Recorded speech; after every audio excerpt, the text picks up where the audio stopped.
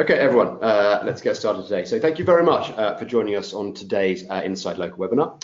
As you can see, the topic is how to manage your online reputation to boost business. And we've got three wonderful panelists with us today. I'm going to hand over to them, starting with Jason, to introduce themselves. So Jason, why don't you say a few things about yourself? Hi, I'm Jason Brown. I'm the SEO manager at Over the Top Marketing, and I'm also a Google My Business top contributor and help small businesses try to navigate online reviews. Jason, so how long have you been working in the kind of world of SEO for? Going on my 13th year now in SEO, but the last 2.5 years now I've been focusing on nothing but local SEO. So I used to do everything from e-commerce to local SEO, but just working for nationwide franchises and helping them with their local markets. Okay, and what of your kind of spread of clients you've got, what industries are they in? They're all in health and wellness and beauty. Okay, great, fantastic, brilliant. Okay, well, I'm looking forward to hearing lots of your insights from those particular industries. Garrett, why don't you go next? Yeah, so my name's Garrett Sussman. I'm the Senior Content Manager at GreatUs. I work remotely based out of Arlington, Virginia, but GreatUs is basically an online SaaS platform that helps companies generate positive reviews on the sites that's important to them, monitor reviews, as well as showcase positive reviews by streaming them on their website, as well as on social media channels. Okay, Garrett, how many customers have you got on the platform at the moment? Or how many locations? How have you Yeah, I mean, we're in the thousands. We focus mainly, our target audience are agencies and consultants who are looking to provide the services for their clients. So, you know, we have thousands of agencies and consultants, a few major enterprises and franchises. And so they have, you know, tons of clients beyond that. So, you know, the tens of hundreds of thousands. Okay, fascinating. So hopefully we can get some discussion around scale from you in terms of, I imagine they're sort of smaller businesses, but you've got, you know, probably got some kind of learning, some kind of scaling that up and best practices and hopefully some good data to share with us. And of course, last but not least, Joel. Yeah, so I'm a product manager and director of local search at PatientPop, which is a all-in-one practice growth platform that includes building a site to doing all online marketing, including reputation and scheduling, and a scheduling platform that integrates with healthcare systems, back-end systems to provide scheduling and reputation and patient feedback. Okay, and how many clinics do you have using the platform at the moment? We're also in the thousands. We largely serve independent practices, so we're really working with local businesses where there's either a sole practitioner or a handful of three to five practitioners. Okay, and do you have a service element at all to the kind of platform, i.e., you know, responding to reviews on behalf of clinics? We don't respond to reviews on behalf of clinics. We try to direct them on how to do that and when it's appropriate to do it. Our service elements include some social media posting for our clients or CPC or something like that. Okay, great, brilliant. So hopefully that gives everyone an understanding of just who we have with us today. A real breadth of experience from the agency side, obviously through the kind of, sort of medical sort of specialism, and obviously kind of GreatUs sitting in the middle as a very kind of diverse platform working primarily with agencies and with kind of consultants. So a real sort of spread of experience and background. Just for those of you who haven't joined us before, we've also got a team kind of working behind the scenes to help things run smoothly today. Any questions you've got as we go, you can put those in the kind of question module in the GoToWebinar control panel, and either Colin Nielsen from Sterling Sky or Matthew Coughlin from BrightLocal will do their very best to answer those, to make sure you get kind of quick, swift, prompt answers to your kind of questions. You can also follow the webinar on Twitter or kind of share any things. If you do, please use the hashtag #ReputationWebinar.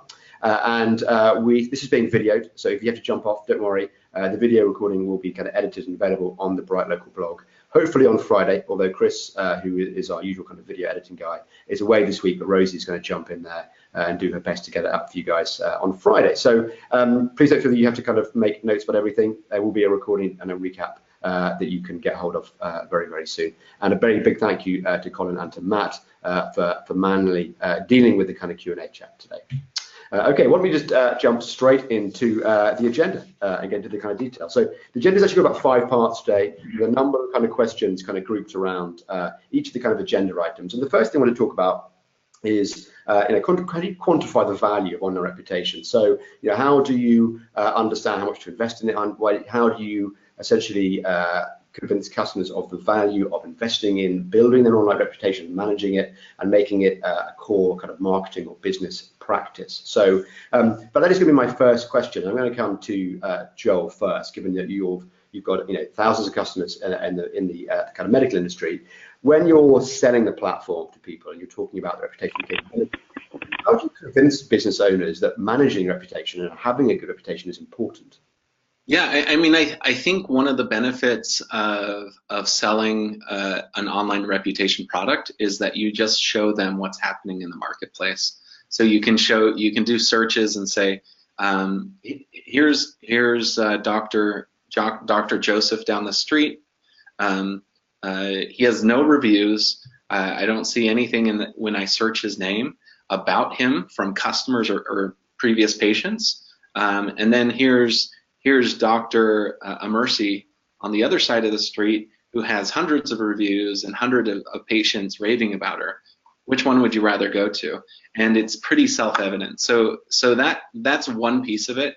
It's a little bit more nuanced to talk about its impact in search results, but it's really in front of you if you just simply explain, look, see the difference between the one that does have a strong reputation and one doesn't. And typically that part of the platform sells itself. I guess you're essentially appealing to their view as a consumer themselves, as well as a sort of business owner and a sort of buyer of services. Yeah, makes a lot of sense. I'm going to jump back to Jason. Obviously, you work in a kind of agency environment, so you're selling sort of software and services, I guess, and you sell a kind of myriad of different sort of services. Do you find reputation is easier to sell than, say, link building or any other sort of aspect of the sort of services that you are? Do customers inherently understand it more, appreciate it more, or is it a harder sell? Yes, for us it's easy to sell. We've got it built in with our with Yext. So we actually started off emailing all of our customers their reviews, and they just got so overloaded every time each review came in. So they just went there and said, we can't do this. We want to focus on running our business. And so we said, hey, no problem. We can go ahead and take care of it. We'll manage it, do what we need to do. So it's been easy for us enough to sell. Just like Joel says, we'll show them the competitors in their local maps based on the BrightLocal data. So we'll show them what the local search results look like, and be like, okay, look, here you are. You've got a 4.4. Here's this other location that's got a 4.9, and this guy's got a 5.0. If you were a consumer, who would you be looking at wanting to go to? And so then they're like, oh, okay, yeah, now I'm starting to see, the difference when what my competitors are looking like in the local pack. Or if they're not in the local pack, they're like, well, this is kind of what we need to do to kind of get you back into that local pack and get you relevant. Okay. Do you, same question, I'll get to come to Garrett in a minute, for Jason. Do you have, do customers ask you, like, how much is a review worth? Do you have any kind of monetary aspect you can put on the value of it? A negative review, a good review, or even a negative or a bad reputation? Anything that's kind of like a concrete data point you guys rely on? Yeah, so we do call tracking and monitoring, and so we'll see drop-offs in locations that have picked up a negative review, and so you just kind of start watching, just kind of gradually just starts dropping each time a new negative review comes in. So we definitely can see, a drop-off in both traffic and clicks for calls and organic calls too. So because of the fact that we're tracking it, so we see the drop-offs, and so we're constantly working with them to, manage customers' expectations, and then also, respond to the reviews. And we've kind of seen, a slight increase when, they get a negative review and they actually reply back to it. That kind of helps taper off some of the drop-offs and metrics. Okay, that's interesting. Garrett, how about you in terms of kind of quantifying the value of kind of reviews and reputation? How do you guys approach that? Yeah, I mean, it's really interesting. And going back to the previous question as well, real quick, Miles, just when you're talking about who you're pitching to, if you're doing it internally to your boss or to, a marketing director, it really depends on the idea of what you're appealing to them. Like, because reviews are about client acquisition or customer acquisition, but they're also about, your employee morale, like how everyone's feeling, if it's a well-run company or not, and people love their experience, purchasing from you. So when it comes to quantifying, we look at it in two ways. One is potential lost revenue based on a negative portfolio versus earned revenue from positive results. So like a couple of years ago, Moz did some research and they showed that if you have negative reviews on your search results, when people just search your business, you'll lose like 21% of your customers if you have just one negative listing. So say you have a bad Yelp, aggregate review, you could lose up to 21 to 22%, 44% once you have two negative results, 59% on three negative results, and as many as 70% of your customers on four. So just that fear of lost revenue based on negative results is one way to look at it in terms of quantifying how many potential customers you're losing. And then in terms of earned revenue, Revu did a study in 2015 where they were saying that businesses that display ratings and reviews in terms of like the star ratings in their organic search results saw an average about 18% of uplift in terms of their customers. So, there's that positive aspect depending where the businesses are coming from of, increasing customers versus losing customers based on your reviews. Interesting. Do you know much more about that? I haven't heard of that Moz study before. And you're talking about, you're talking about the kind of essentially, if someone is doing a brand search and you've got, 10 profiles, all of which have got kind of review element data to it. If one of those is negative, that's when you see, I think it's an 18% drop off, and if it's 2, 3, it goes up. Is that how you're describing it? It's within the the study was basically focusing mostly on almost like a critic review, so just kind of a negative attribution to that company based on the brand results. But it can get even worse when you're seeing the actual listing that has the organic stars in the search results. So, it at least has that sort of negative impact. And so their result from their study showed that, with these, as those negative results went up, you saw more of a customers falling off on a month-to-month basis as those appeared. Fascinating. Yeah, we don't quantify the review itself only because we're an all-in-one platform. So it's, as an SEO, it's hard to say any given change you've made has made a difference. But as we increase reviews over time, we see increasing numbers of appointments booked through either phone calls or online booking. So it clearly has an impact. So ultimately, we go from practices that aren't booking anything online and capturing people that are now booking, depending on the geography, 5 or 10 customers a month online, sometimes even more. And so the lifetime value of that customer can be in the tens of thousands, depending on the type of practice. So given that, we focus on customer acquisition, but if you draw back from, if you don't have a great reputation and there's drop off, you're really losing that additional customer acquisition potential. Okay, great. Jason, I think you mentioned a new thing, or maybe it was kind of Garrett, about the kind of internal sort of value of reviews. I imagine if you're a business owner, you're often very focused on the kind of bottom line and the sort of revenue you're getting. Does that, Jason, your discussions with customers, is that often enough just to sell them on it, the fact that they're going to get more business, or actually, do you find that the fear of losing out has a bigger impact than the opportunity to earn more? And does that alone always trump the kind of internal benefits of a good reputation in your customers' eyes?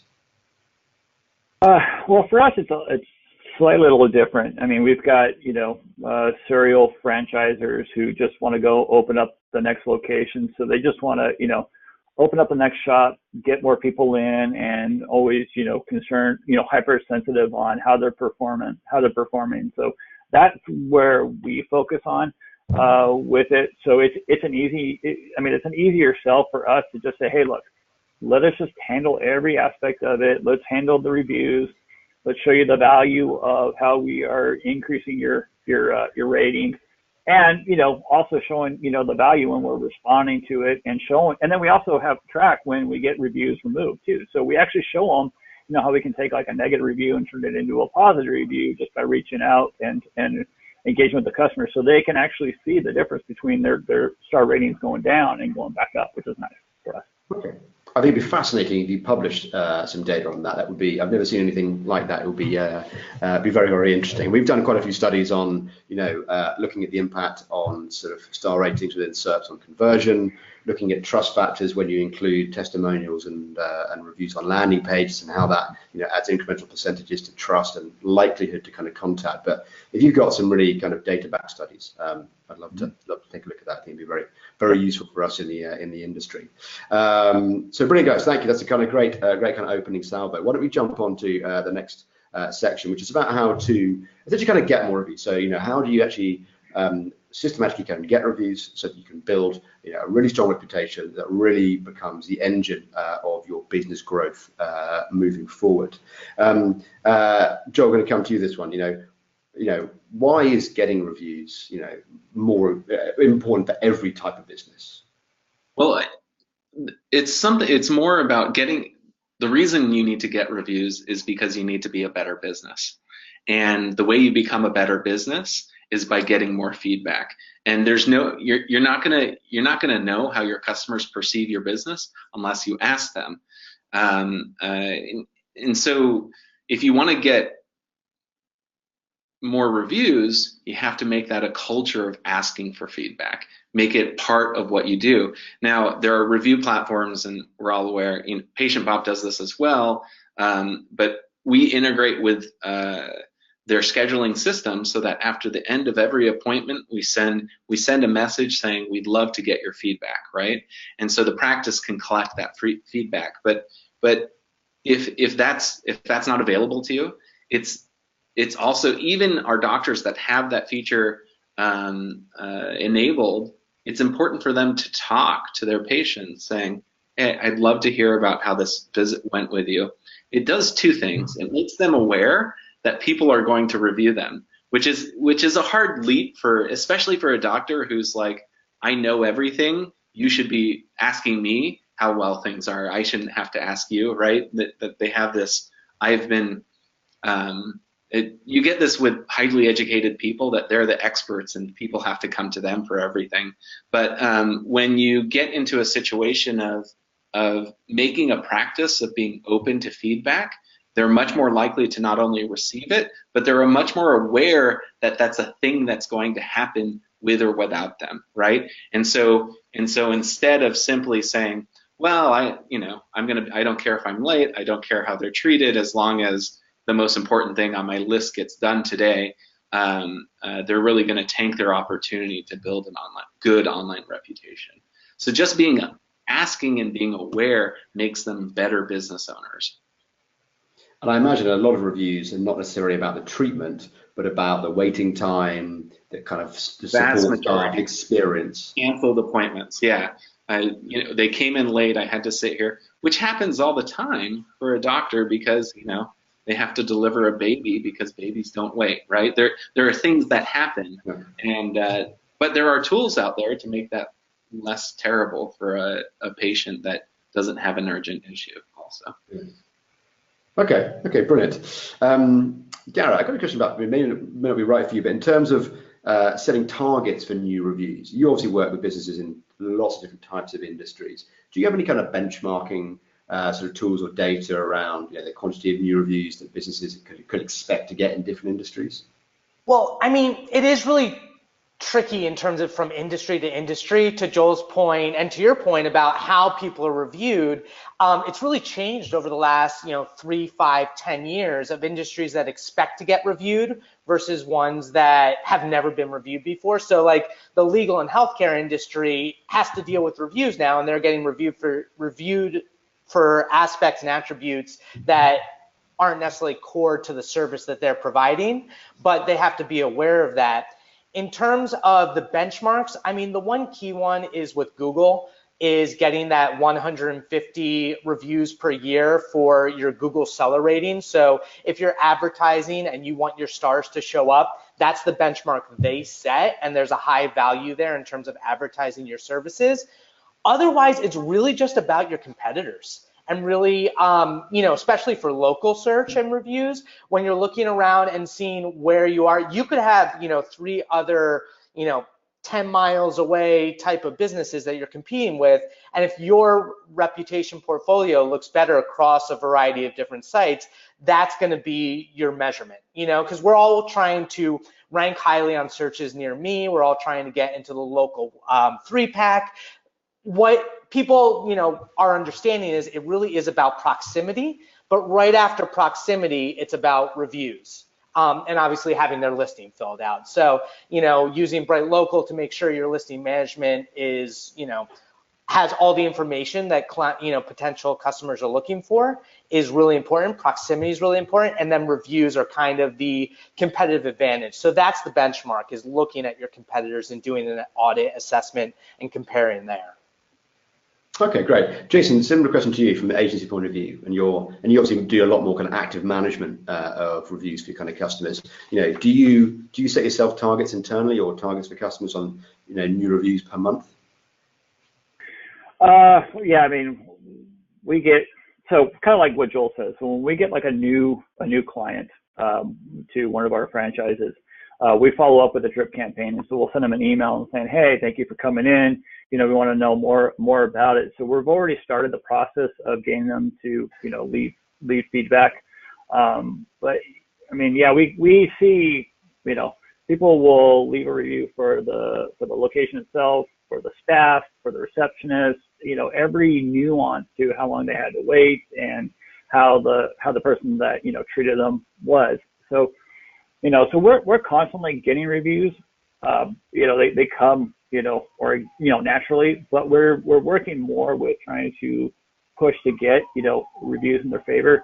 So we come up with little nuances, to show them, okay, here's what you need in Google, here's what you need in Yelp. And so we've actually, working with them, we were having a lot of success with the Yelp check-ins.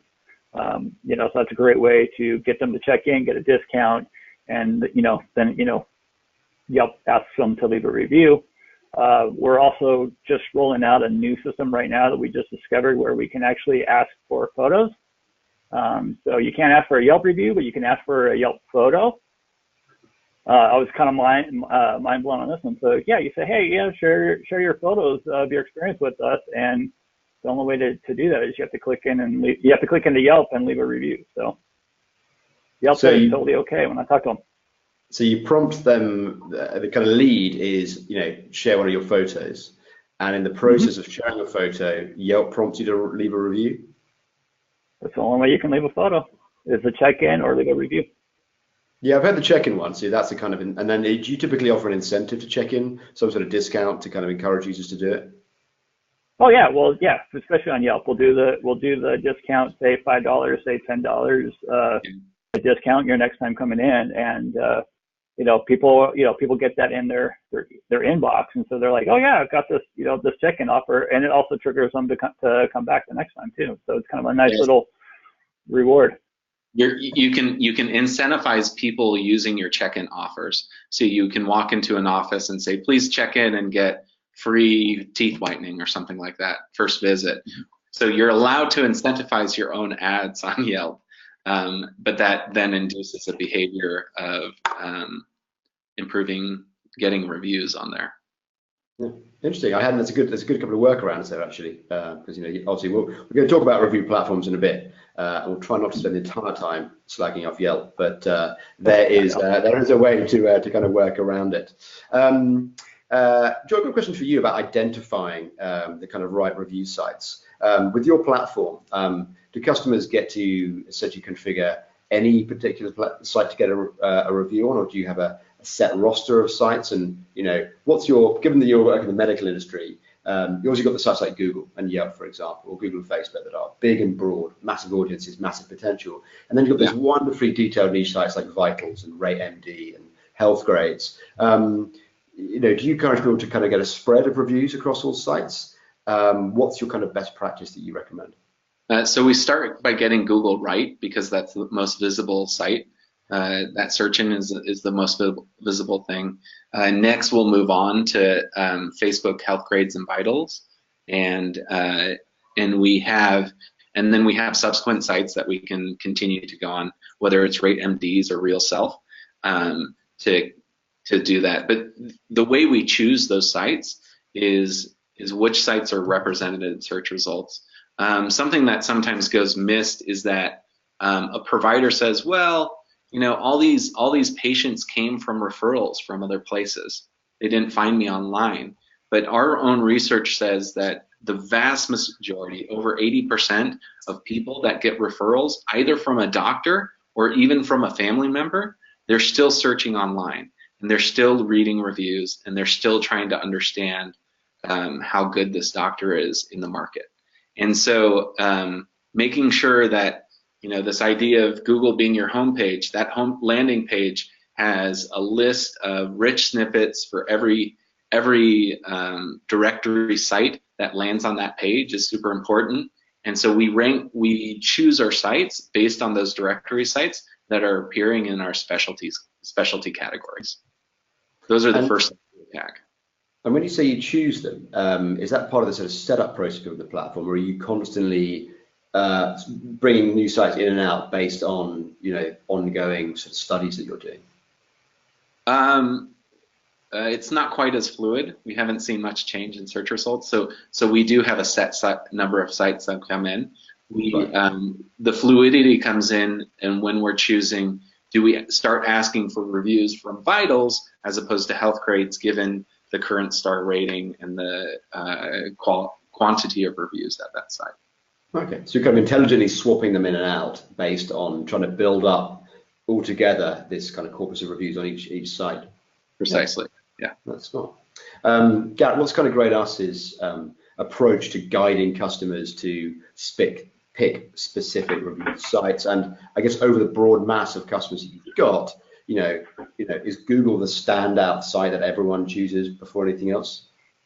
Yeah, I mean, so it is a major challenge, especially for like low volume businesses that don't have a ton of customers, because you want to have a diverse review portfolio across multiple sites, but there definitely are priorities. So, everyone knows that Google is going to be the most important site in terms of getting reviews, and it's an ongoing process. Reviews depreciate over time, so like a review that happened in the past week is more valuable than a review that happened 3 months ago.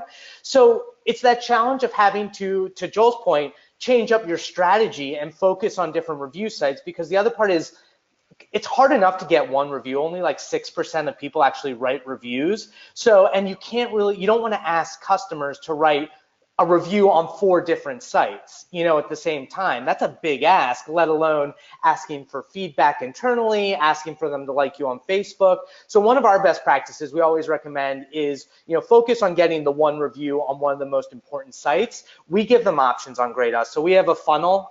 Basically, if they're a happy customer, they're provided with an interstitial that gives them, a variety of 3 to 6 review sites, because people do get overwhelmed with too much choice. But then we say, highlight your most important review site at the top, and then give them the other options, because the other thing is getting a review. You want it to be on a site that they feel comfortable with. So a lot of times it's out of your hands of where, because some sites let you just review anonymously, others don't. So the key is getting that one review in the first place. Fine, okay. So it's just 3 to 6. 6 is quite a lot, isn't it? I mean, what do you have any data across, all the customers who use it? How many of them go for, for kind of Google, Facebook, Yelp? Do you know which one's the top one? Can you give us any ordering? Yeah, I mean, I would say 60 to 70% are definitely the majors. So Google, Facebook. On our site, we don't prevent people from going to Yelp, but as Jason pointed out and you guys pointed out, you're not allowed to solicit reviews on Yelp. And they are probably one of the more stricter ones, and I know we'll get into that later, but we give our customers like the ability to choose where, you're an adult, and like the goal is to run a good business. If you have unhappy customers, you want to make sure that they, you take care of why they're unhappy in the first place. But Google is hands down the highest. Facebook is up there. Then some surprising sites like Trustpilot and Better Business Bureau, which like isn't really a review site, but people still use it, especially a older demographic. So that's the other part, is just what your age demographic is in terms of if you're working with, 20s, 30s, or even teenagers. Okay, great. Jason, good question about the outreach options. How do what's the most effective outreach channel for kind of if you said, okay, I'm going to send 100 emails out versus 100 SMSs versus asking people face to face 100 times. Where do you expect to get the best returns? Can you give us any stats on that? Yeah, I mean the best we've seen is just personally asking somebody, to leave feedback. I think, when it's done from face to face, it's more natural. You can easily, have there's a better connection, face to face. Then we find that we've had, really good success with the email drip campaigns. SMS is a little less because, people really just don't want to, receive sales ads in text messages. And so when we were running tests on that, we were constantly getting, people doing, text to stop. And we also got some, unpleasant answer responses with that. So people kind of went a little overboard. But yeah, I go in person first, and then we say email next. And usually it's a pretty well received response. Okay, and do you have a sort of benchmark response figure for 100 people that you put through that kind of sort of face-to-face email flow? How many reviews do you expect to get at the end? Usually, I think when we were really pushing it, and the franchisees were utilizing the system, we saw about a 21% success rate in customer surveys being filled out, and then another about, I think, 5%, 4% were actually taking that next step and sharing their reviews online. Okay, so from 100 requests, you get 21 pieces of feedback, which is really decent. That's a really good response, and then you get 5 reviews. Right. Yeah. Okay. So I guess if you're a high footfall, high turnover business, you can actually generate a lot there. Garrett, how about you? Do you have any kind of benchmark stats for performance of different channels?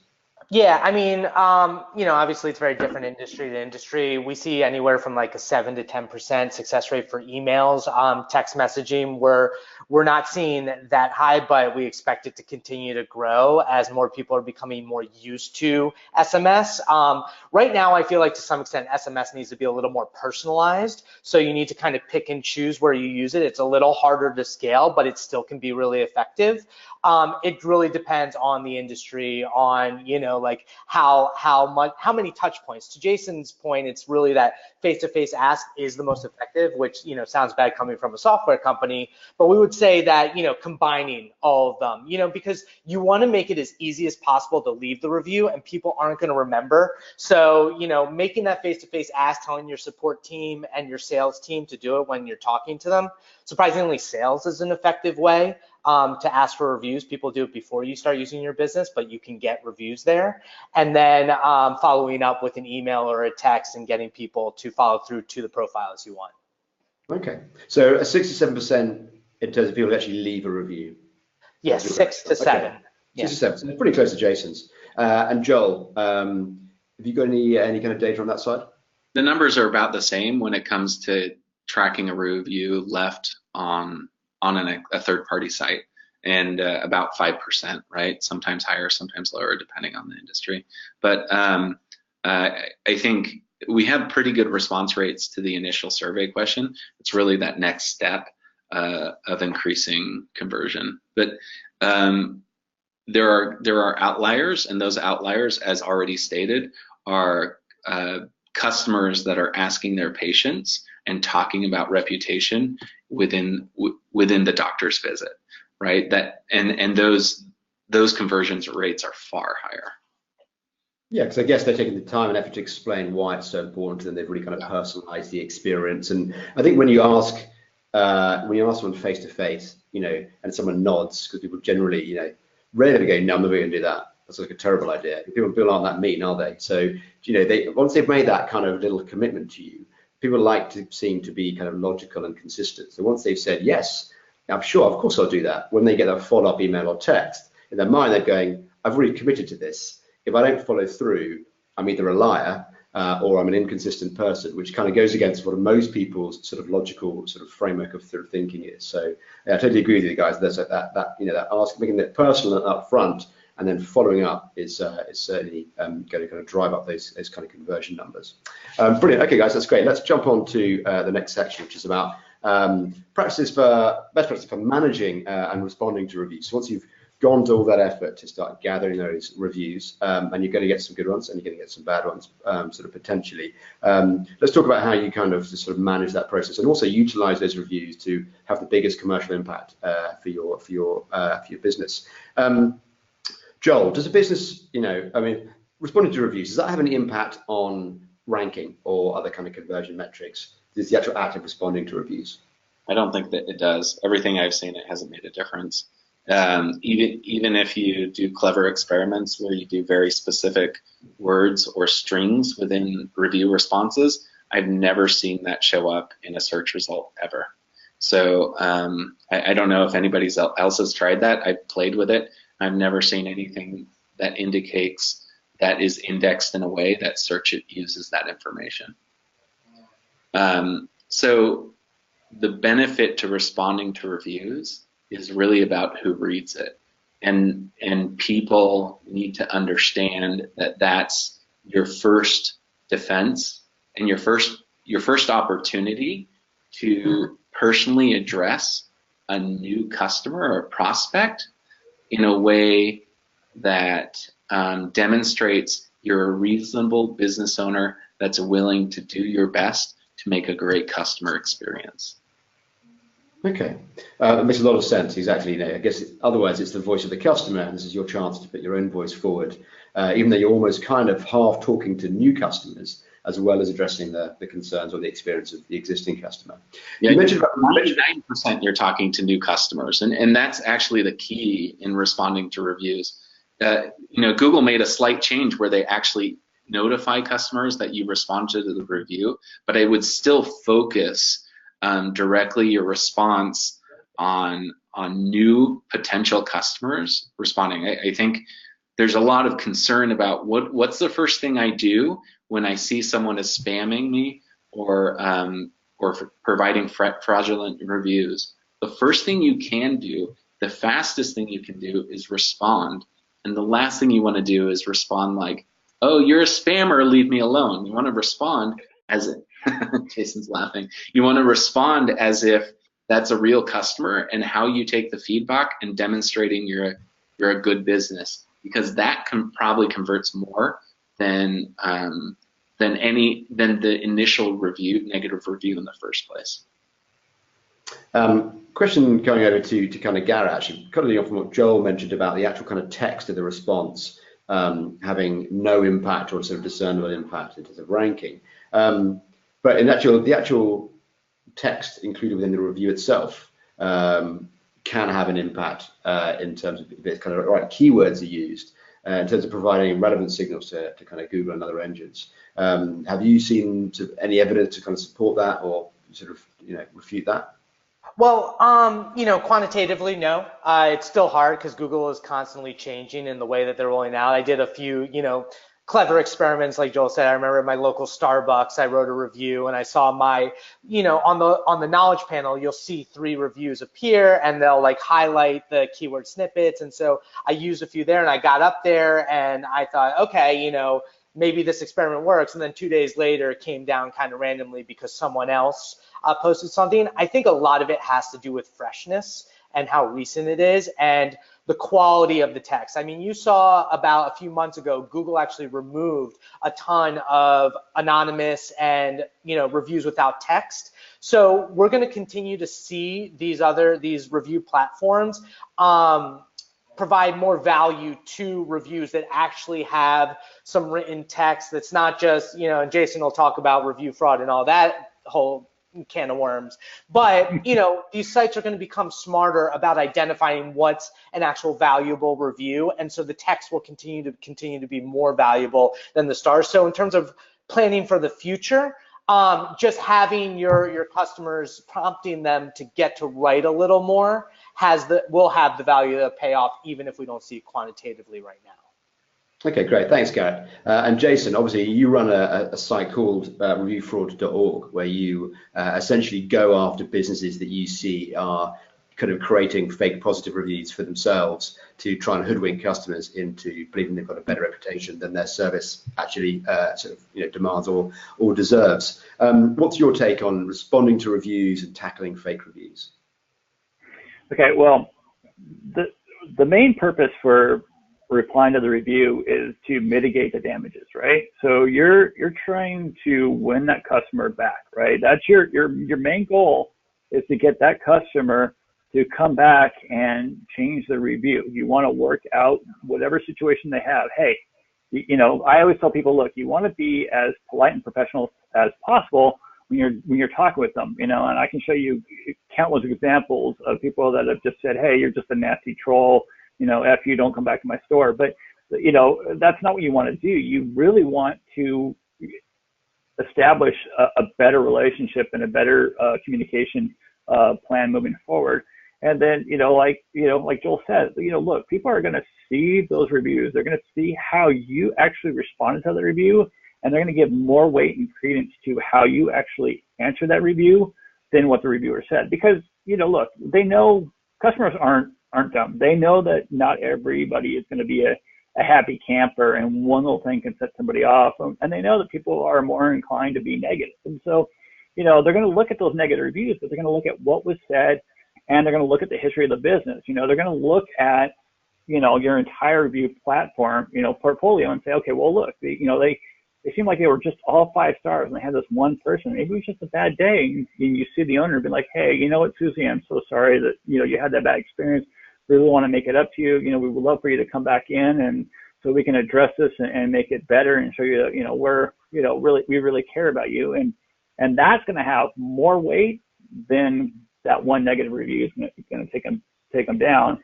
And it's like it's all about customers. It's all about a customer experience. It's not about 5 stars or bust. And I think that's the biggest problem that I see when it comes to, fake reviews and review contests and review solicitation services. Is I got to have 5 stars. And if I don't have 5 stars, then something's wrong. And it's like, no, relax. It is okay not to be perfect. As long as you keep trying to grow and get better from the experience, that's all that matters. But if you start flooding your listing with a bunch of fake reviews, I've seen more businesses get called out with those fake reviews, and then they ping me at review fraud, or they go to the Google My Business forum. They're like, hey, this person's got all these fake reviews. Look how they're traveling all over the world. And that's what we pretty much spend all of our time on the Google My Business forum doing, is just dealing with these businesses who think that they have to have, vanity reviews to make them to get the sales, and their customers are actually seeing through it and actually going elsewhere. How does it work for sort of businesses that do get a volume of fake reviews? Do you encourage them to just literally, be patient, keep calm, respond to all of them, and then try and get them removed, after they've responded, if they can establish that they're genuinely fake? I mean, it must be galling and irritating, frustrating for busy business owners who've got so much other stuff to be getting on with, and despite having some, sort of charlatan try and take them down. Yeah, I just helped out a lawyer in Miami area. She had a daughter of a couple have a bad experience, and she went onto Facebook and said, hey, this company sucks. They took advantage of my parents. We need to teach them a lesson. And so the troll army came out in full force. And, the business, was just like, hey, we're so sorry about that. Responded to all the reviews. They came to the Google My Business forum, said, hey, can you guys help us? We tracked it all. We showed them the screenshots from Facebook and everybody that was leaving reviews, and said, hey, yeah, I left them a negative review. And within 48 hours, all the reviews were taken down. But I mean, yeah, it's remain calm. Don't come out on the offense. Stay on the defense.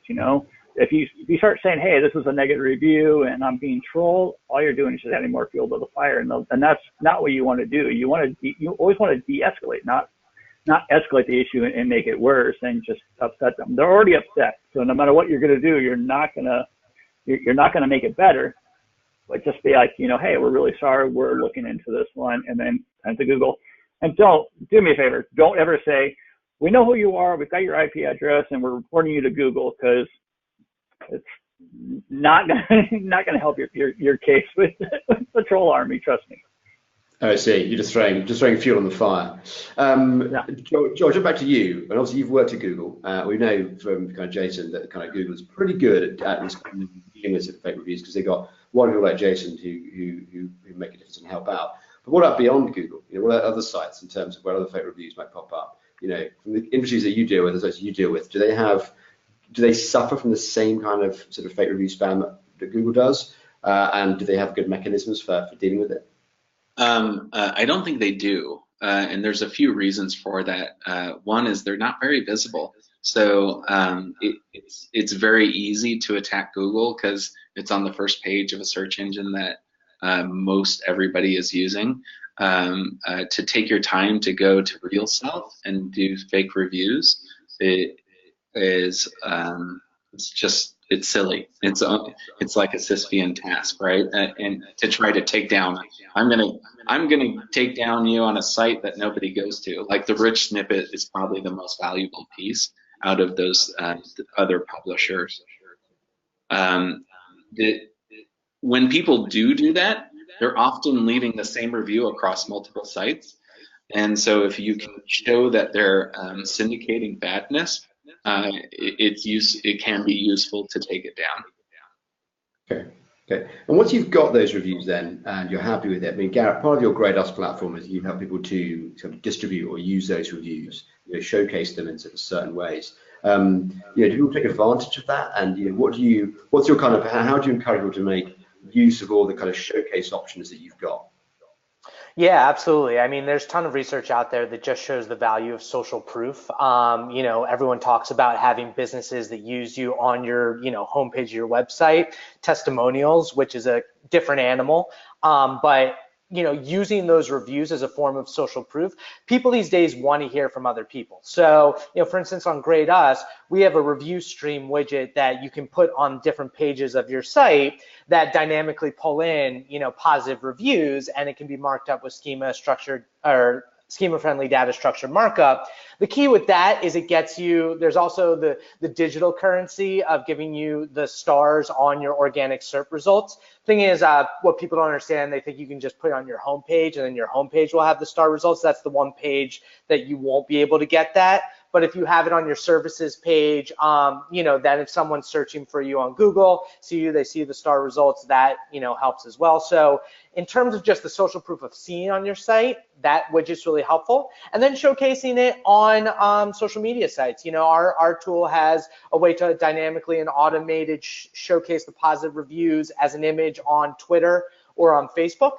And so, those go into the stream. If they're shared, then it can, be shared exponentially. There's value there. I'm still waiting for LinkedIn to be able to share reviews. They don't have any mechanisms that allow you to do it. You'd think in B2B they would. And then even, with Google, they've created Thanks with Google, which is a free tool you can use for your Google reviews that designs a poster that pulls out some of the text from your Google review that you can then print out and put in your storefront. Is another way of social proof. So there's a ton of creative ways to actually use your reviews, not only to showcase your happy customers and make them feel good, but also to bring in new customers. Okay, great. Thanks, Gareth. A lot of ideas. Jason, what do you think what are the most kind of creative and effective ways you've seen that businesses have used or extended their online reputation, say offline, onto other mediums to convert more potential customers? So we'll share some of those positive reviews amongst different franchise owners. So we'll let them see what customers are saying about the brand. We'll also email that out to people, so they can see what other great experiences we have. Online, we'll actually share those reviews on social media, and then we've also been working around Google Posts. And we'll actually take that give thanks from Google, and we'll actually use that as a Google post. So that way we'll take up a little bit more room in the knowledge panel to highlight and showcase some of our more positive reviews. But yeah, I mean, honestly, it's all about sharing that review with all the franchisees and with the customers themselves, so that way they can, be reminded of, the great quality service that they're getting with the brand. Do you, with your sort of franchise kind of customers, do you do a lot of internal management across multiple kind of locations, and how does it work at volume when you've got multiple locations that you have to kind of deal with? And are you doing a lot in house, or are you kind of taking the role of educator and someone else locally within each franchise and branch is running the reputation management program? Did you hear me, Jason? Oh, I'm sorry. What was that question again? Sorry. Good God. What was it? It was for Joel. Sorry. What it was.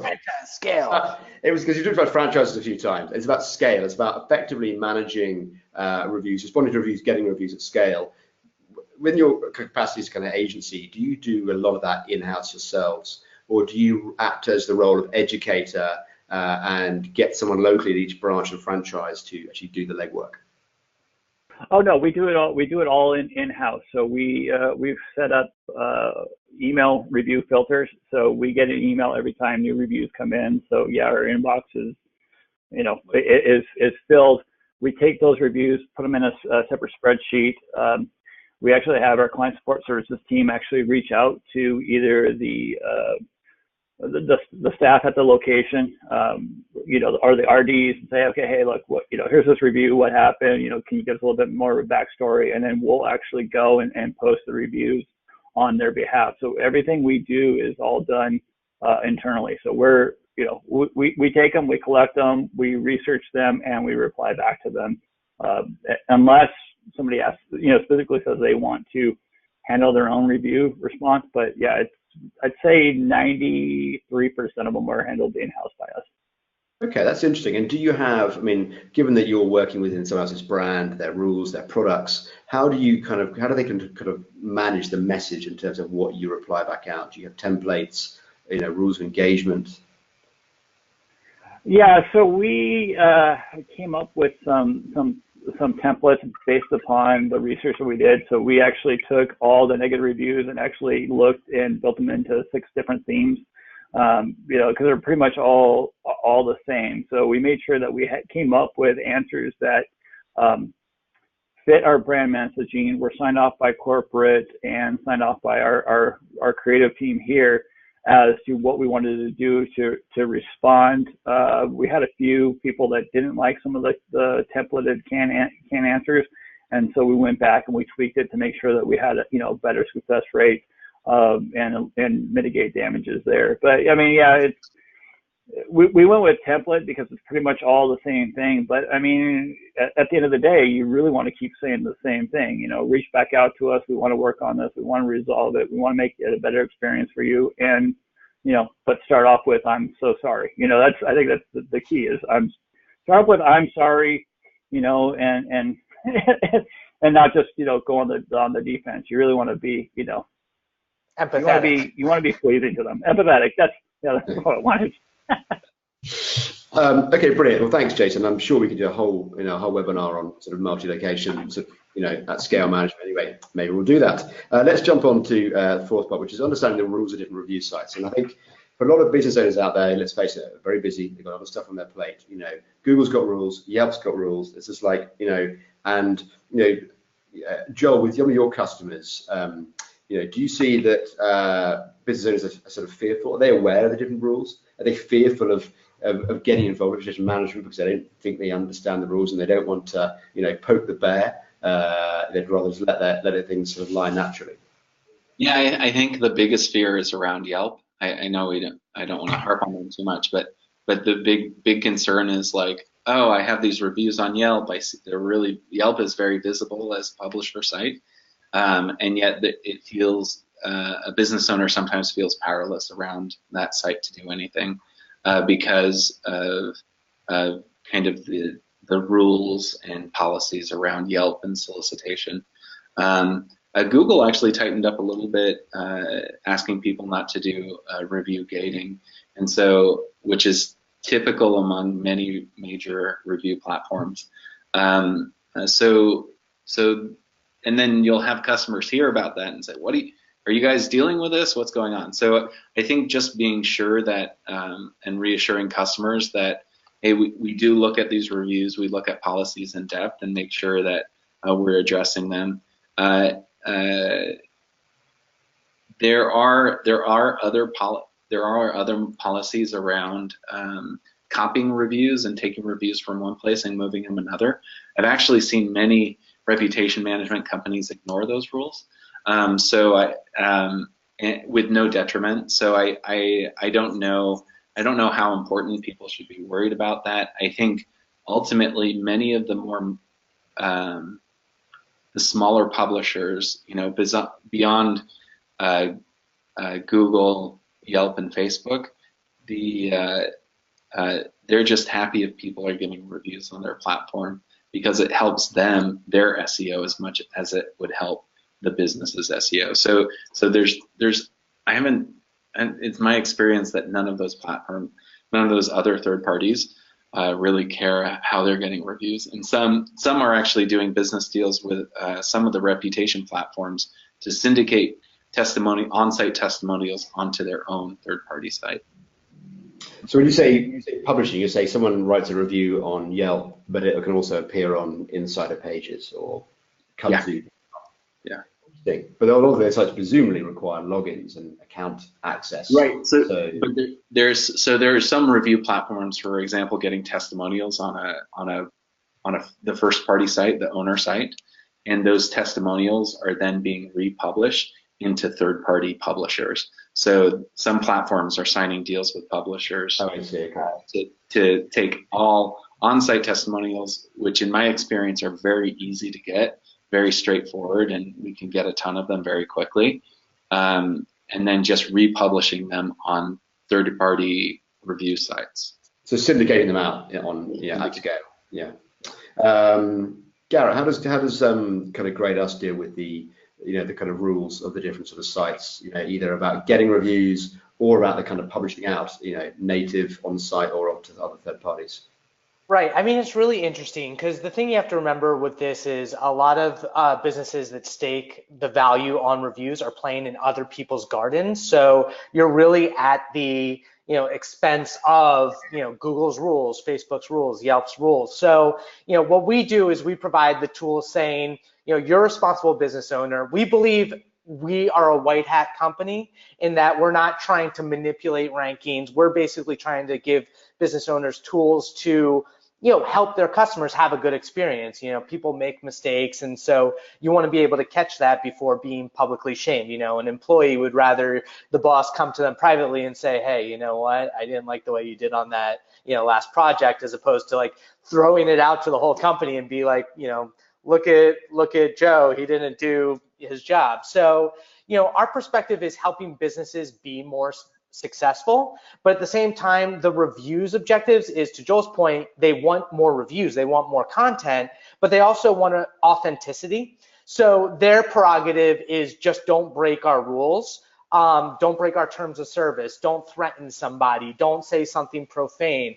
That's what you'll see, like Google, Facebook, the other ones, they'll remove those reviews that break their own written terms of service. Beyond that, it's really hard across all sites to get reviews taken down because that's not what they're trying to do. They want to show an authentic, the way the customer perceives you. And that goes back to you have to do your best to be empathetic in your responses and, try to show the customers that you care, because the review sites aren't necessarily going to help you. Facebook's been notoriously bad about helping. They don't have support, but with their recent change from ratings or reviews to recommendations, they're becoming more social and more focused on local. So they might start providing more support because they're kind of, trying to refurbish their own reputation. But there's no guarantee. You just don't know. So you have to kind of do your best and run a good business. And do you guys syndicate reviews? You talked about publishing reviews onto someone's own website. That was one thing that came out in 2017 when Google talked about their Schema Guidelines. And so they do have technical rules that say you're supposed to only mark up your directly collected testimonials. You can't review gate. You can't say only the positive ones. we wrote a whole blog post saying that, here's what Google says. We're giving you, the business owner, you, the agency, the option to do what you want. It's up to you. If you're risk averse, don't do it. If you are, or if you aren't risk averse, go for it. We haven't seen penalties, but at any given moment, Google could change their mind like they did with the anonymous reviews. That said, we've literally seen nothing at this point. So we put it up to the business owners and let them make their own choice, but we don't say, no, you can't do that. Jason, from working obviously on the forum, the Google forum, what's your sort of take on this?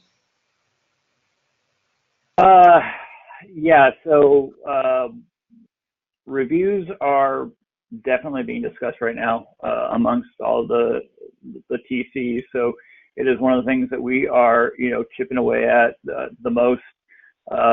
We are, talking about, the schema violations and review gating and companies that are out there that are posting reviews. So we know all the players in the market. So anybody that's, trying to skirt underneath it, we know, Google knows. It's, they got the TC summit coming up, and I know that those are going to be some of the hot button items that we're talking about. But look, Google is kind of trying to clean up their act somewhat. Thanks to a lot of people that have been bringing this issue to the news and to the press. When you get since we got the CNBC coverage, we noticed a huge dynamic shift. We were actually seeing escalations, speeding up on fake review removals, but we saw that, we have a long way to go, but, Google is looking at it, Facebook is looking at it. I think it was like, 3 months ago, they actually came up with a way where you can actually report the reviews, whereas before you can only just, flag the user review, and they wanted to make sure it was a legitimate person.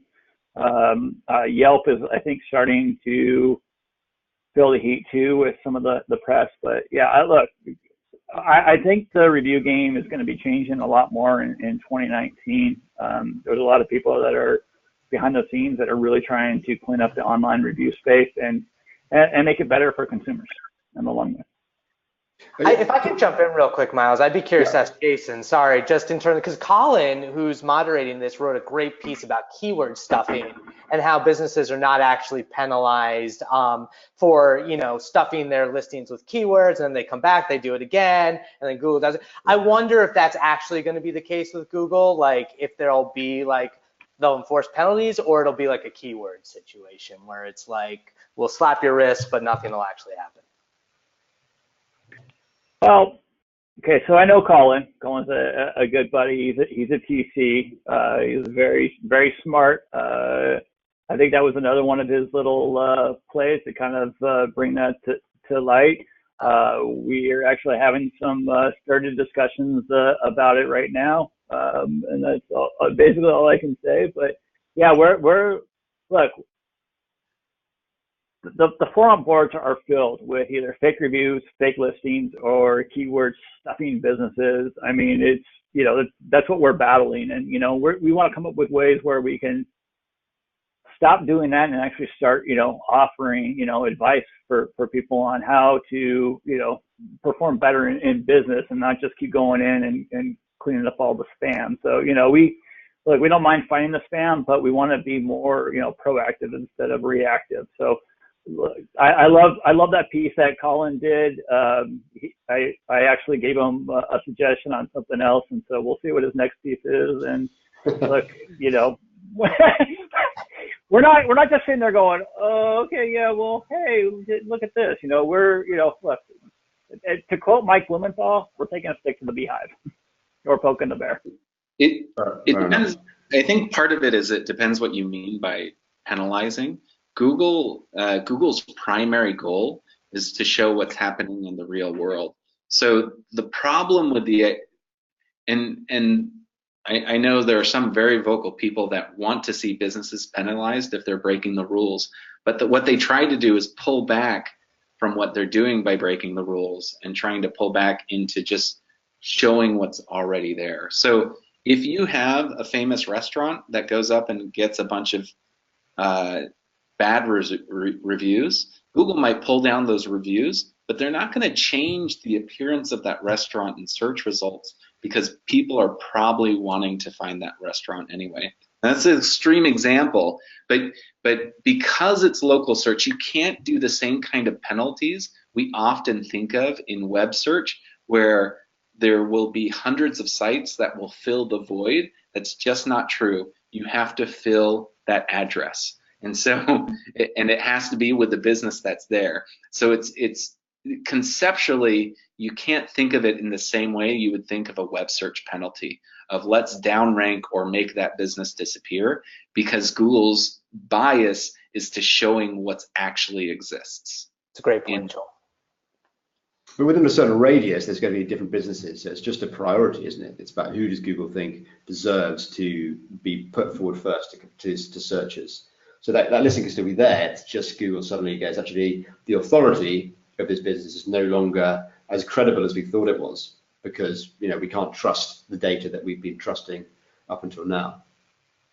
Yeah. So their mechanism is trying to correct the data ingestion, not place a penalty on the business listing itself, right? So can we delete the reviews, or can we get rid of the information that's giving them an unfair advantage, like title stuffing in a business?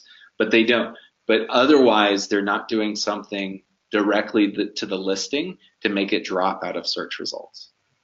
Right. It's like the idea of like if you're providing a good business and your customers love you and you're giving them a little nudge to write the review, which most of the sites are saying, go ahead and do, with the exception of that one notorious site, then you're basically, you're trying to even the field, but they're genuine, authentic, which is what, those sites ultimately want is a representation of the real world that's fair.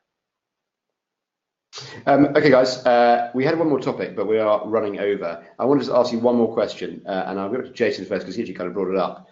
2019, what is the future of reviews and reputation in your mind? Are they going to have more or less impact, more competitive? What can you expect to see? I think there's going to be a bigger crackdown on fake review networks. I think there's going to be a bigger crackdown on unscrupulous companies that are selling snake oil reviews. One can. Look, I got a funny feeling the space is going to change, and a lot of people are going to have their butts handed to them. And it's going to be a big win for consumers. That's what I see. I think with these products, these reputation products are really becoming free commodities in the market. And I think where you saw citations used to provide a huge jump in ranking an SEO benefit to a local listing, that was true certainly early on for reviews. That's going to become less true only because it's going to become a baseline of what everybody needs to do. So certainly if you're not doing it, you're going to be left behind, but it doesn't mean if you just do that one thing, you're going to get a huge boost. I think that in terms of performance, local search performance, it's going to be something, a must do, but not something that's going to differentiate you from your competitors. Because everyone is going to start to do it more and more, and these tools will make it easier and more effective to do it well and at some sort of scale.